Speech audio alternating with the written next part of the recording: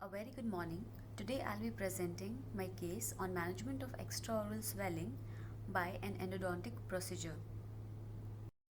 So starting up with a definition, a sinus is a tract leading from a skin of mucous surface to a deep-seated focus of suppuration.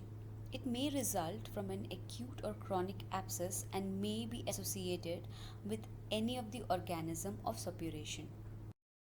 So, coming up to etiology, the main etiological factors for an extraoral sinus tract is a chronic dental infection.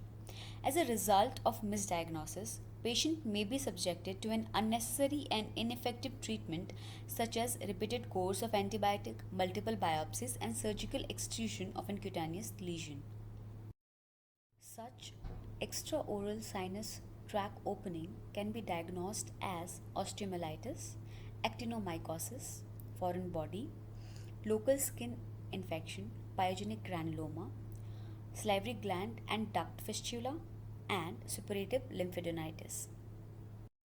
Now, starting up with my case, a 14-year-old male patient was brought in the Department of Periodontist and Preventive Dentistry in Indraprasth Dental College and Hospital, Saibabad, with a chief complaint of pain, swelling, and pus discharge from the lower right back region of the jaw. Talking about history of presenting illness, the patient presents with a pain in the lower right back region of the jaw since a month, and there was a gradual swelling which increased to 4 to 5 centimeter in size with pus drainage. On extraoral examination, it was found that an erythematous nodule was present with a continuous drainage on the right side of the cheek. The nodule was soft and on palpation, and it elicted a discharge from it.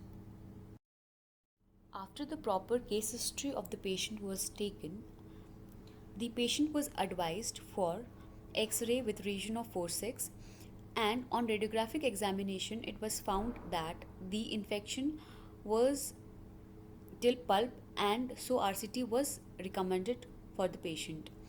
So we started within root canal treatment. As we can see, this is a pre-operative radiograph of the patient and the working length are being determined. After the proper working length determination, the biomechanical preparation of the teeth was done and intercanal medicament was given. The patient was recalled till the infection subsided, and after that the final obturation of the tooth was done, and which was followed by crown placement. These are few of the extraoral pictures. As we can see that after the treatment the extraoral swelling has been subsided. These are few of the before and after the treatment pictures. Now, coming up to the discussion, one of the major reasons for the misdiagnosis is the cutaneous lesion, and therefore the patients are first referred to general surgeon or dermatologist instead of dentist, which often leads to mismanagement and unnecessary treatment such as topical and oral antibiotic therapies or surgical interventions and differential diagnostic tests. A precise intraoral and extraoral examinations are required for the correct diagnosis and treatment planning. A dental practitioners should be careful with the interceptive of signs and symptoms such as deep dental caries, inappropriate restoration, periodontal problems, or any history of dental traumas.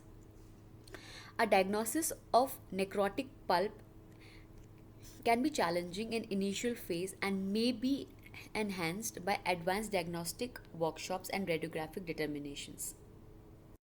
Now, coming up to a conclusion, in the present case report, the healing of a atypical sinus tract associated with a periapical lesion was observed, and so it was concluded that a proper diagnosis is a key of success in an extraoral sinus cases.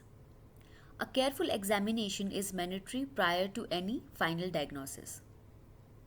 It is important that a physician should have an awareness that if there is any cutaneous lesion on the face and neck region, it can be associated with a dental origin and should always seek a dental opinion. Elimination of dental source of infection result in resolution of sinus tract without the need of surgical excision and a long-term anesthetic results. A root canal treatment with the calcium hydroxide as an intercanal medicament shows a great result in a healing process. These are my references. Thank you so much.